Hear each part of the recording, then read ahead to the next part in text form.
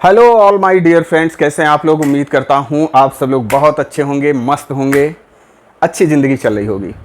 दोस्तों, जैसा कि आप लोगों को पता है कि असेसमेंट ईयर 25-26 के लिए इनकम टैक्स रिटर्न फाइल करने के लिए जो रेलेवेंट आईटीआर फॉर्म्स हैं, वो सारे तो नहीं लेकिन कुछ आईटीआर फॉर्म्स रिलीज हो गए हैं गवर्नमेंट के द्वारा, यानी कि आईटीआर 1 और आईटीआर 4 रिलीज हो गए हैं। ठीक है, अब जो आईटीआर 1 आईटीआर 4 के लिए एलिजिबल कैंडिडेट हैं वो अपनी आईटीआर फाइल कर सकते हैं। अब लेकिन सबसे बड़ा मुद्दा यहाँ पे एक और आ रहा है कि जिन लोगों ने अपनी इमूवेबल प्रॉपर्टी अगर सेल किया है, यानी कि लैंड सेल किया है या लैंड बिल्डिंग बोथ दोनों सेल किया है, ज़मीन वगैरह अगर आपने बेचा है, तो इस केस में थोड़ा सा मामला डिफरेंट हो जाता है। हालांकि जिसकी केवल एंड केवल अभी प्रॉपर्टी ट्रांसफ़र करने से, यानी कि ज़मीन या घर बेचने से अगर उनकी इनकम हुई है, तो उसका भी आईटीआर फॉर्म रिलीज नहीं हुआ है, उसका भी आईटीआर फॉर्म आने वाला है।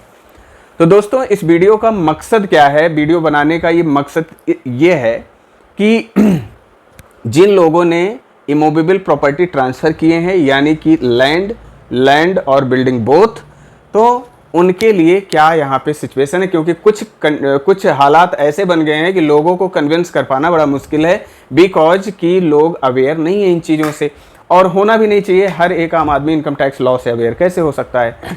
तो यहाँ पे मुद्दा ये है कि भाई, जैसे कि अगर आपने बात हम यहाँ पे करें सिर्फ ज़मीन या घर, या ज़मीन और घर दोनों अगर आपने बेचा है, तो वहाँ पे जो इनकम टैक्स रिटर्न फाइल होगा, उस फाइलिंग के दौरान आपको इनकम टैक्स जो पेमेंट करना होगा, कैपिटल गेन के ऊपर जो टैक्स आपको पेमेंट करना होगा, वो किस रेट से पेमेंट करना होगा, उसके ऊपर हम बात करेंगे। तो दोस्तों, यहाँ पे मैं बताना चाहूँगा कि जो इमूवेबल प्रॉपर्टी के के संबंध में इनकम टैक्स में कुछ बदलाव किए गए थे 23 जुलाई 2024 को, यानी कि 23 जुलाई 2024। ठीक है, अब मेन सारा खेल जो है वो 23 जुलाई 2024 या उसके बाद 23 जुलाई 2024 से पहले, ये बाद और पहले का ही खेल सारा यहाँ पे है। तो सबसे पहले हम बात ये कर रहे हैं कि कोई प्रॉपर्टी, बात को बहुत ध्यान से समझना, कोई प्रॉपर्टी अगर 23 जुलाई से पहले खरीदी गई है, ठीक है, और 23 जुलाई 2024 के पहले ही बेच दी गई है, तो ऐसे केस में सिचुएशन अलग हो जाएगी। और अगर कोई प्रॉपर्टी 23 जुलाई से पहले परचेज की गई है, यानी कि खरीदी गई है, और 23 जुलाई या उसके बाद अगर उसे बेचा गया है, तो वहां पे सिचुएशन कुछ अलग हो जाएगी। अब मुद्दा यह है कि भैया क्या अलग हो जाएगा। बेचा तो हमने दोनों केस में ही, जमीन है अपनी या घर अपने हमने बेचे हैं, दोनों केस में तो अलग अलग हालात कैसे हो जाएंगे। तो दोस्तों, यहाँ पे फाइनेंस एक्ट में जो बदलाव किए गए थे, तो वो ये किया गया था कि अगर कोई प्रॉपर्टी लॉन्ग टर्म प्रॉपर्टी है, और वो मान लीजिए लैंड और बिल्डिंग दोनों अगर आप सेल कर रहे हैं, तो उस केस में अगर प्रॉपर्टी 23 जुलाई से पहले अगर सेल की जाती है, ठीक है, तो जाहिर सी बात है 23 जुलाई से पहले खरीदी गई रही होगी, या कंस्ट्रक्ट की गई रही होगी, या एक्वायर की गई होगी, या गिफ्ट में मिला रहा होगा, जैसा भी केस रहा होगा। ठीक है, तो 23 जुलाई से पहले अगर वो प्रॉपर्टी ट्रांसफर कर दी जाती है, तो इस केस में जो CII का बेनिफिट है, कॉस्ट इन्फ्लेशन इंडेक्स, उसका कंप्लीट बेनिफिट आपको मिलेगा, और CII का फायदा मिलेगा। यानी कि जब आप कैपिटल गेन कंप्यूट करेंगे, तो जितने में प्रॉपर्टी बिकी है उसकी सेल वैल्यू माइनस उसमें से जो आपका एक्सपेंसेज हुए हैं ट्रांसफर के ऊपर, और उसका जो कॉस्ट इन्फ्लेशन इंडेक्स है वो माइनस करने के बाद जो डिफरेंस आएगा सेल्स का, और ये जो कॉस्ट का डिफरेंस आएगा, वो आपका कैपिटल गेन होगा। तो अगर आपने मान लीजिए प्रॉपर्टी बेच के कोई नई प्रॉपर्टी एक्वायर की है, बनवाई है, तब तो वहां पे आपको एग्जम्पशन मिल जाएगा। लेकिन हम ये मान के चल रहे हैं जैसे आपने केवल बेचा है, खरीदा नहीं है नया कोई। ठीक है, तो इस केस में जो है, जो कैपिटल गेन आपका निकल के आएगा, उसमें फ्लैट 20% का इनकम टैक्स प्लस 4% का हेल्थ एंड एजुकेशन सेस इस पे चार्ज किया जाएगा, प्लस एप्लीकेबल इंटरेस्ट भी उस पर अप्लाई होगा। जब आप इनकम टैक्स रिटर्न आप अपनी फाइल करेंगे, तब ये प्रावधान वहां पे आपको अप्लाई करना होगा। क्यों? क्योंकि आपने जो प्रॉपर्टी ट्रांसफर किया है, यानी कि सेल किया है, वो 23 जुलाई से पहले किया हुआ है। ठीक है, तो 23 जुलाई से अगर पहले किया है, तो केवल एंड केवल 20% का प्रोविजन है 20% टैक्स आपको देना होगा कैपिटल गेन के ऊपर, ठीक है। 20% tax plus 4% health and education cess plus interest अगर अप्लीकेबल है तो, वैसे नॉर्मली अप्लीकेबल रहता ही है, इंटरेस्ट आपको पेमेंट करना ही पड़ेगा, ठीक है। ये तो हो गया 23 जुलाई से पहले की कहानी। अब हम चलते हैं 23 जुलाई या उसके बाद की कहानी क्या है। तो अब दोस्तों मान लीजिए कोई प्रॉपर्टी 23 जुलाई से पहले एक्वायर की गई थी, खरीदी गई थी, कंस्ट्रक्ट की गई थी, गिफ्ट में मिली थी, ठीक है। किसी भी सिचुएशन में उसके ओनर हम हो गए थे 23 जुलाई से पहले। अब उस प्रॉपर्टी को अगर 23 जुलाई के बाद बेचा जा रहा है तो अब यहाँ पे कहानी अलग होगी, जैसा कि मैंने बताया था। तो यहाँ पे कहानी क्या अलग होगी, यहाँ पे दो बेनिफिट आपको मिलेंगे, दो ऑप्शन आपको दिए जाएंगे, बेनिफिट नहीं, दो ऑप्शन आपको दिए जाएंगे। ऑप्शन ये होगा, पहला ऑप्शन आपको दिया जाएगा कि भैया ऐसा है, या तो 20% टैक्स पेमेंट वाला ऑप्शन ले लो या तो 12.5% टैक्स पेमेंट वाला ऑप्शन ले लो। तो अब जो है यहाँ पे लोग हो रहे हैं कंफ्यूज, ठीक है। जहां तक 20% वाला मुद्दा था वहां तक अगर कोई 23 जुलाई से पहले ट्रांसफर किया होता है प्रॉपर्टी तब तो वो क्लियर था, एकदम क्रिस्टल क्लियर मामला है।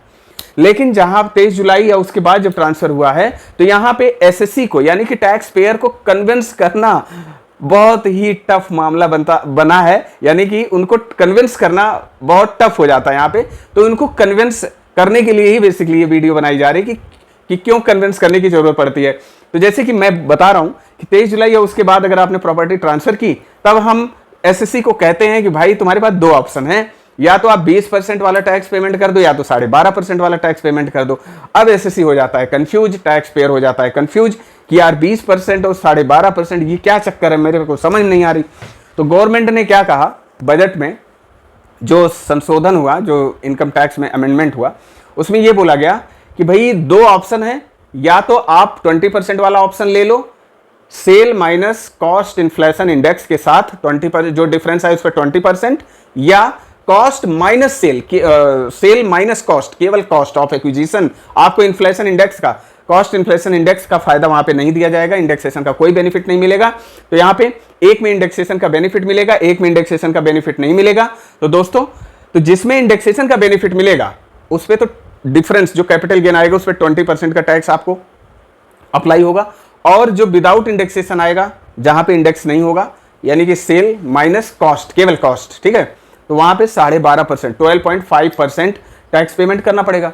तो यहां पे गवर्नमेंट ने कहा कि भाई दोनों में से, चाहे 20% या 12.5%, दोनों में से जो आपको बेनिफिशियल हो, जिसमें आपको लगता हो आपका बेनिफिट हो रहा है, वो आप ऑप्शन ले लो, वो उस ऑप्शन के अकॉर्डिंग आप आईटीआर अपनी फाइल करके टैक्स का पेमेंट कर दो। अब यहाँ पे बहुत सारे एसएससी कंफ्यूज हो जाते हैं, कॉस्ट इन्फ्लेशन इंडेक्स क्या है, और जहां तक टैक्स पेमेंट करने की बात आई तो भाई 12.5% ही हमेशा कम आएगा, ठीक है, 20% हमेशा ज़्यादा आएगा। तो ऐसा नहीं है, तो कुछ कंपैरिजन किया जाता है। जैसे क्या होता है कि कॉस्ट इन्फ्लेशन इंडेक्स को अगर ध्यान में रखते हुए बात की जाए तो जैसे कोई प्रॉपर्टी 2001 में 100 रुपये की थी तो आज उसकी कीमत कितनी हुई होगी। तो गवर्नमेंट ने CII कॉस्ट इन्फ्लेशन इंडेक्स जारी किया है, तो करीब 350 पौने 400 के आसपास आज वो प्रॉपर्टी हो गई होगी। कोई चीज़ अगर 100 रुपये की 2001 में रही होगी तो आज वो करीब पौने 400 की हो गई होगी। तो ये 100 रुपये की चीज़ को आज हम पौने 400 कॉस्ट मान के माइनस कर रहे हैं सेल पे, ठीक है। तो ये हो गया इंडेक्सेशन का बेनिफिट लेना।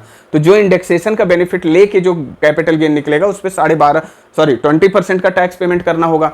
लेकिन जहां पे इंडेक्सेशन का बेनिफिट नहीं मिलेगा, इंडेक्सेशन का कैसे बेनिफिट नहीं मिलेगा कि भाई आज हमने प्रॉपर्टी एक जो 2001 में खरीदी थी वो हमने बेच दिया कितने में, 500 रुपए में बेच दिया, और 2001 में जो हमने खरीदा था 100 रुपए का खरीदा था। तो यहां पे अब 100 रुपए की कीमत आज तो पौने 400 हुई है, जैसा पहले भी मैंने बताया, लेकिन आपको केवल 100 रुपए ही माइनस करने को मिलेगा 500 रुपए में से। तो यहाँ पे 500 minus 100 equal to capital gain आ जाएगा 400, और उस 400 पे आपको 12.5% का टैक्स पेमेंट करना पड़ेगा, ठीक है। तो दोनों मामले यहाँ पे हैं। पहला मामला क्या है कि जहां पे इंडेक्सेशन का बेनिफिट मिलेगा, और एक अगला है इंडेक्सेशन का बेनिफिट नहीं मिलेगा, ठीक है। तो 23 जुलाई से पहले अगर है तो केवल एंड केवल इंडेक्सेशन का बेनिफिट आपको दिया जाएगा। 23 जुलाई या उसके बाद अगर प्रॉपर्टी ट्रांसफर हुआ है तो आपको दोनों ऑप्शन दिए जाएंगे, विदाउट इंडेक्सेशन और विथ इंडेक्सेशन, दोनों दिया जाएगा। जिसमें फायदा आपका ज्यादा हो रहा है वही वाला ऑप्शन आप जो है अडॉप्ट करके अपना आईटीआर फाइल करें और टैक्स पेमेंट करें। अब यहाँ पे एक चीज और मैं बताना चाहूंगा कि अगर इन दोनों कंपैरिजन में आपका किसी में अगर लॉस आ रहा है, यानी कि तो अगर लॉस आ रहा है वहां पे, यानी कि इंडेक्सेशन और विदाउट इंडेक्सेशन में एक सिचुएशन ऐसी बन गई कि जहां पे आपका लॉस आ रहा है, तो लॉस वाली सिचुएशन आपको अलाउ नहीं की जाएगी, यानी कि 12.5% का बेनिफिट वहां पे नहीं दिया जाएगा आपको। ठीक है, तो ये हमें बात करना था दोस्तों। उम्मीद करता हूं ये वीडियो आपको कुछ हद तक समझ में आया होगा, और अगर आपकी कोई क्वेरी हो तो आप कमेंट बॉक्स में लिखिए, उसका रिप्लाई मैं जरूर करूंगा। Thank you very much, take care.